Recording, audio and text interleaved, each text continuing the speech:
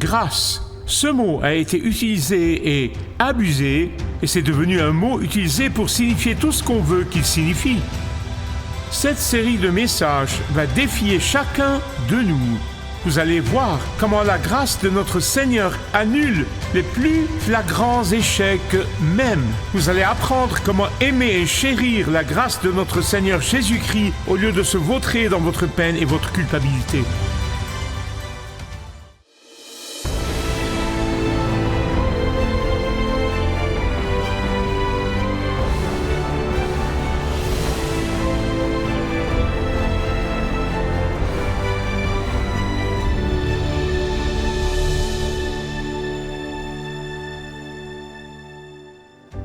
Dans le dernier message, nous avons laissé Jacob là où son père Isaac a finalement obéi à Dieu et obéi à la volonté de Dieu et l'a béni, l'a vraiment béni, puis l'a envoyé pour qu'il aille à Charan.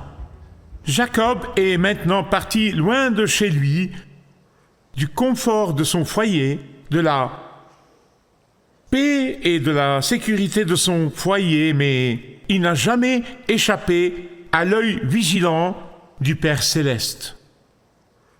Au fond de mon cœur, après vous avoir dit que Jacob était un gars au foyer dans les messages précédents, je pense qu'il n'est pas préparé pour ce voyage. Il n'était pas prêt à être tout seul comme il était un gars au foyer qui reste à la maison la plupart du temps, pas comme son frère Ésaü qui était sauvage et avait toujours aimé la chasse, la pêche et les routes vierges. Il s'en va et parcourt 500 000 à pied. Il marchait en ce temps. Il n'était pas prêt pour ce temps de solitude dans le désert et la nature. C'était la limite du désert. C'est là que se trouve Gaza, là où se trouve Beersheba, et il devait traverser l'Israël moderne jusqu'à l'Irak. Il n'y a aucun doute dans mon esprit qu'à ce moment-là, le cœur de Jacob était rempli de peur et d'anxiété. Son esprit était rempli d'inquiétude et d'appréhension. Il se demandait probablement encore et encore, est-ce que je reverrai maman et papa ? Mon frère Ésaü me rattrapera-t-il un jour ? Est-ce que je rentrerai un jour à la maison ? Vous le voyez en fait dans ses propres paroles. Dans une minute, je vais vous le montrer. Et il se demandait probablement dans son esprit, est-ce que toute cette histoire de tromper mon père et à obtenir la bénédiction, est-ce que ça valait le coup d'être ici seul dans ce désert ? Dans cet épisode de la série de messages, la peur trompe, la grâce libère, vous verrez Jacob en train de faire un voyage de 500 000 en marchant au bord du désert. C'était probablement sa deuxième nuit. Il avait donc déjà marché 2 jours. Et c'était probablement sa deuxième nuit en route vers la maison de son oncle Laban au pays de Charan. Et il est arrivé dans cette ville de Bethel, et c'est pour cela que je suppose que c'est le 2e jour parce que c'est à peu près le temps qu'il faut à pied. Cette ville s'appelait Luz, avant qu'Abraham, le grand-père de Jacob, y entre et construise un autel à l'Éternel, et il a appelé et changé le nom de la région de Luz à Bethel. Bethel, la maison de Dieu. 3 choses dont j'espère que vous vous souviendrez toujours lorsque vous vous retrouverez à Bethel, tout seul. 3 choses. Réjouissez-vous, répondez et rappelez-vous. Réjouissez-vous, répondez et rappelez-vous. Disons-les ensemble. Réjouissez-vous, répondez et rappelez-vous. Réjouissez-vous lorsque vous vous trouvez à Bethel. Réjouissez-vous lorsque vous vous trouvez dans ces circonstances. Répondez immédiatement à votre expérience à Bethel et enfin, n'oubliez pas d'y revenir pour apprendre de vos anciens Bethel. Réjouissez-vous lorsque vous êtes dans votre Bethel. Tous les Bethel dans nos vies sont tous différents les uns des autres. quel que soit votre Bethel, c'est le seul endroit où Dieu peut attirer votre attention. Souvent, Bethel est le seul endroit où nous ne sommes pas distraits par des trucs. Vous savez, des trucs de ce monde. Souvent, Bethel est le seul endroit où vous êtes prêt à entendre Dieu. Et donc, même si c'est douloureux, personne ne peut nier qu'il y a une lueur d'espérance. Et donc, réjouissez-vous. Écoutez-moi bien, s'il vous plaît. Si vous voyez votre Bethel uniquement comme un endroit d'où vous voulez partir et vous enfouir, vous manquerez une bénédiction. Mais si vous voyez cela comme une opportunité de faire une rencontre, une nouvelle rencontre avec le Dieu vivant, alors vous verrez le ciel lui-même au milieu de votre Bethel. Pourquoi dis-je ceci? Parce que pour la plupart d'entre nous, si ce n'est tous, tout ce à quoi nous pouvons penser immédiatement est « Dieu, sors-moi de là. À quelle vitesse puis-je m'en sortir? Comment puis-je raccourcir mon expérience au Bethel? À quelle vitesse puis-je courir? À quelle vitesse Dieu peut-il me retirer de cette douleur, de cette solitude, de cette tristesse et de cette expérience écrasante? Je sais de quoi je parle. Je suis déjà passé par là et j'en ai des souvenirs très vifs. Mais souvent, dans mes Bethel, je découvre qu'il existe des rêves et des visions que l'on ne peut trouver qu'à Bethel. Il existe des bénédictions uniques que Dieu peut vous accorder et elles ne peuvent être trouvées qu'à Bethel.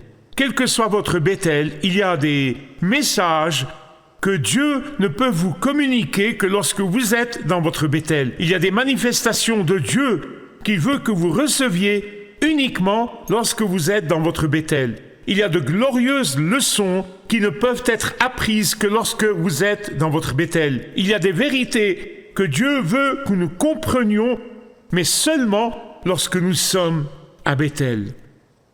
Pourquoi? Bonne question, pourquoi? Parce que c'est seulement au Bethel que nous traversons, que nous n'agissons pas par nos propres forces, sans être remplis de nos propres projets, plans et idées, ni remplis de l'orgueil du succès. Et oh, quel rêve Dieu a donné à Jacob! Quel rêve! Un escalier vers le ciel, un escalier vers le ciel. Question, combien d'entre nous, qui sommes si bénis de Dieu, nous nous trouvons préoccupés? La préoccupation est un autre mot pour l'adoration, car quoi que ce soit ce qui occupe votre temps, votre attention, vos efforts, votre argent et vos ressources, c'est l'objet de votre adoration. Combien d'entre nous se sentent plus préoccupés par les bénédictions de Dieu que par lui, celui qui bénit? Et c'est pourquoi Dieu doit nous amener au brisement et à la solitude, à être seul à Bethel. Et ici, Dieu s'adresse à Jacob. Bien-aimé, c'est ce qui distingue la foi chrétienne. Notre Dieu nous tend la main. Puis-je avoir un amen? Ici, Dieu révèle un pont entre le ciel et la terre, un escalier, et les anges montent et descendent, et le Seigneur lui-même est au sommet de cet escalier. Écoutez, je crois de tout mon cœur que Dieu veut que nous fassions l'expérience de sa présence. Mais vous ne pouvez pas connaître la présence de Dieu sans la croix. Pourquoi? Parce que la croix est le seul escalier vers le ciel. La croix est le seul pont vers le ciel. La croix est le seul chemin vers le ciel. Les Babyloniens voulaient atteindre Dieu, mais c'est Dieu qui nous tend la main. La Bible dit que personne ne cherche Dieu parce que c'est Dieu qui nous cherche.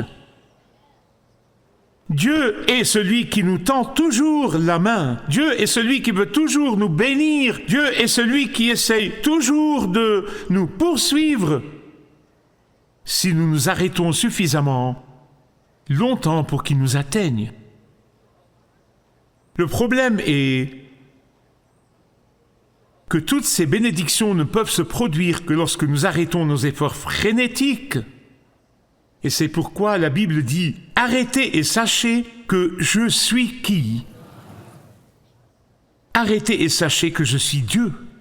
Dans le cas de Jacob, Dieu a attendu que toutes ces tromperies, toutes ces manœuvres, tous ces plans et ces idées s'arrêtent. Jusqu'à ce que toute poursuite de ses ambitions, jusqu'à ce que tout son égocentrisme commence à s'estomper à l'arrière-plan pour qu'il se retrouve tout seul avec Dieu. Qu'a fait Dieu? Il a donné à Jacob une vision glorieuse. Une vision glorieuse. Et quand Jacob s'est réveillé de cette vision, il n'a pas pu s'empêcher de conclure, verset 17, Genèse 28, « Comme cet endroit est génial, ce n'est autre que la maison de Dieu, c'est la porte du paradis. » Et puis, il a appelé l'endroit, comme je vous l'ai dit, Beth, maison, L-E-L, Dieu, la maison de Dieu. Il a construit un autel tout comme son grand-père avant lui, Abraham, avait construit un autel plusieurs années auparavant. Bien-aimés, écoutez-moi, cette vision n'est rien de moins qu'une vision de Jésus 2000 ans avant son incarnation. Puis-je avoir un témoin? Cette vision de Jésus, c'était le pont vers le ciel. Quel privilège pour Jacob d'avoir une vision de Jésus 2000 ans avant que Jésus ne s'incarne. Tout comme son grand-père Abraham, et c'est pourquoi Jésus a dit « Avant qu'Abraham existe, je suis ». Et puis il leur a dit « Abraham a vu mon jour. Pouvez-vous croire ceci? » Oui, il a eu une vision de Jésus avant sa venue, et c'est à ce moment-là qu'ils se sont mis en colère. Ils ont voulu le tuer, vous voyez? C'est le privilège que Dieu lui a donné au milieu de son chagrin, au milieu de sa confusion, au milieu de sa solitude. Non seulement cela, mais il a reçu l'affirmation de la bénédiction continue que Dieu a donnée à l'origine à Abraham. Qu'est-ce que c'était? Que le Messie naîtra de sa lignée. Bien-aimé, quand Dieu a béni Abraham, Dieu l'a béni à cause de sa descendance. Dans le livre des Galates, il est question de graines au singulier et non de graines au pluriel. Et la postérité d'Abraham, le Seigneur Jésus-Christ naîtra par le descendant de Jacob. En fait, dans l'évangile de Jean, vous trouverez un homme nommé André, c'est le frère de Pierre. André n'était peut-être pas un grand évangéliste. Il n'a pas évangélisé ni parlé de Jésus aux gens partout dans le monde. Mais savez-vous pourquoi il était doué? Amener les gens à Jésus. André est allé voir un homme juif qui était très juif et qui suivait la tradition d'Israël ou de Jacob. Et son nom était Nathanaël. Il a dit « Nathanaël, je suis tellement excité parce que nous avons découvert que le Messie, celui dont tout l'Ancien Testament a prophétisé qu'il viendra, il est là. » Nathanaël a dit « D'où vient-il? Qui est sa famille? Qui est-il? Comment est-il né? Quelle est son appartenance ethnique? » Il a dit « Viens voir toi-même. Je ne peux pas répondre à ta question, mais il est né à Nazareth. » Oh! Nazareth! Je veux dire, il méprisait Nazareth. Mon Dieu, je veux dire, c'était une petite ville misérable. Quelque chose de bon peut-il sortir de Nazareth? Tu plaisantes? Le Messie? Oui. Viens et vois. Viens et vois. Et qu'a fait Jésus quand il est entré? Il savait que c'était un homme, un juif très pieux qui suivait absolument la tradition de Jacob ou d'Israël, car Jacob et Israël sont la même personne. Et puis il lui a dit, « Voici vraiment un Israélite en qui il n'y a pas de ruse. » Nathanaël, en quelque sorte, a regardé et a dit, « Comment sais-tu cela ?» Il a dit, « Eh bien, avant que Philippe t'appelle, en fait, quand tu étais là-bas, sous le figuier, je t'ai vu. » Et Nathanaël est devenu croyant. Et qu'a vraiment dit Jésus à Nathanaël? Je suis l'accomplissement de la vision de Jacob. Quand Jacob a vu le Seigneur au sommet de cette échelle, il m'a vu. Et je suis l'accomplissement de ce rêve. Réjouissez-vous dans votre Béthel. Deuxièmement, répondez à votre Béthel. Répondez à votre expérience à Béthel. Bien-aimés, je sais qu'il y a tellement de gens qui gâchent leur expérience à Béthel. C'est vraiment le cas. Ils gaspillent les temps de brisement. Ils perdent leur temps à attendre Dieu. Mais Jacob a répondu à cette vision et à cette disposition. Comment? En prenant des mesures concrètes pour exprimer sa gratitude envers Dieu. Écoutez attentivement. Le salut par la foi seul fait quelque chose de très important. Il éviscère l'orgueil humain. Paul a dit que nous étions morts dans le péché et les offenses. Jacob a dit, non seulement je suis submergé par la grâce de Dieu, mais aussi par la révélation de Dieu, mais je vais faire quelque chose de tangible. Je vais rendre 10% de tout ce qu'il met entre mes mains. Maintenant, je veux que vous vous en souveniez. C'était environ 400 ans avant que la loi de Moïse ne soit donnée pour la dîme. 400 ans. La grâce a toujours été l'enseignement biblique. Maintenant, voici quelque chose que je ne veux pas que vous manquiez. Jacob va donner quelque chose. Salut, Jacob, il va donner quelque chose.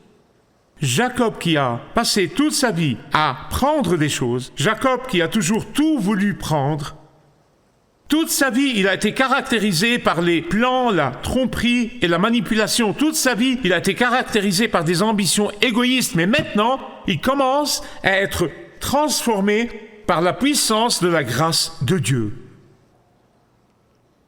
Ici à Béthel, il répond à cette grâce de Dieu en donnant. Écoutez, quand j'entends les gens dire la dîme appartient à l'Ancien Testament, c'est l'Ancienne Alliance, je dis attendez une minute. Même si c'est le cas, sommes-nous censés donner moins sous la grâce qu'ils ne l'ont fait sous la loi? Pensez-y. Amis bien-aimés, donner généreusement est une réponse à la générosité de Dieu.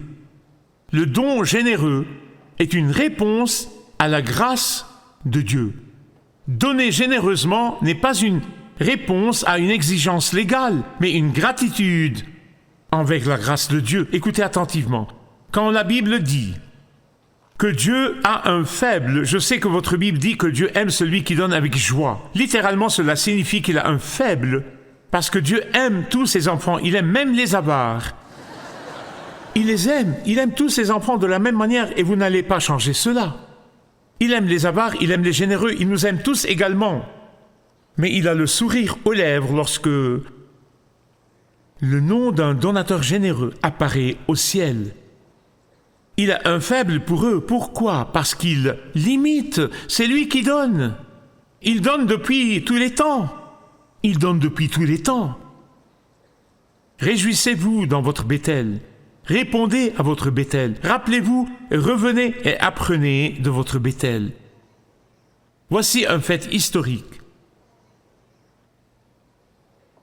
L'expérience de Jacob à Béthel ne l'a pas transformé du jour au lendemain en un homme spirituel extraordinaire. Est-ce que vous comprenez? Ceci a commencé le processus. Car nous allons le voir tout au long de la série de messages. Il continue à revenir aux mêmes anciens territoires. En fait, le mot sanctification est un grand mot utilisé par les théologiens, mais il signifie simplement un processus quotidien, devenir quotidiennement comme Christ. Je prie pour que je ressemble plus à Christ cette année que l'année dernière, et que l'année dernière, je ressemble plus à Christ que l'année précédente. C'est un processus.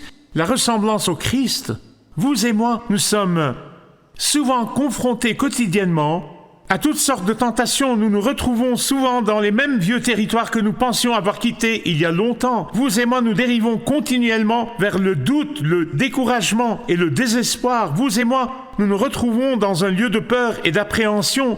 Vous et moi, nous nous retrouvons souvent dans un lieu d'incertitude et nous ne savons pas quelle direction prendre. Bien-aimés, écoutez-moi. Ce sont là les moments où nous devons retourner à nos Bethel passés. C'est dans ces moments-là que nous devons revenir à nos expériences passées avec Dieu. Ce sont là les moments où nous devons retourner là où nous avons rencontré le Dieu vivant, là où nous avons fait l'expérience de sa miséricorde, là où nous avons fait l'expérience d'une nouvelle grâce et d'un nouvel amour. Ce sont là les moments et les endroits où nous devons aller dans nos esprits et dans nos cœurs pour le voir travailler en notre faveur. Ce sont là les lieux et les moments où nous avons connu les bénédictions passées. Ce sont là les époques et les lieux où nous avons vu Dieu déplacer des montagnes en notre faveur. Ce sont là les moments et les endroits où nous avons vu que Dieu a entendu les cris de notre cœur. Ce sont là les époques et les lieux où se dressent nos pierres commémoratives.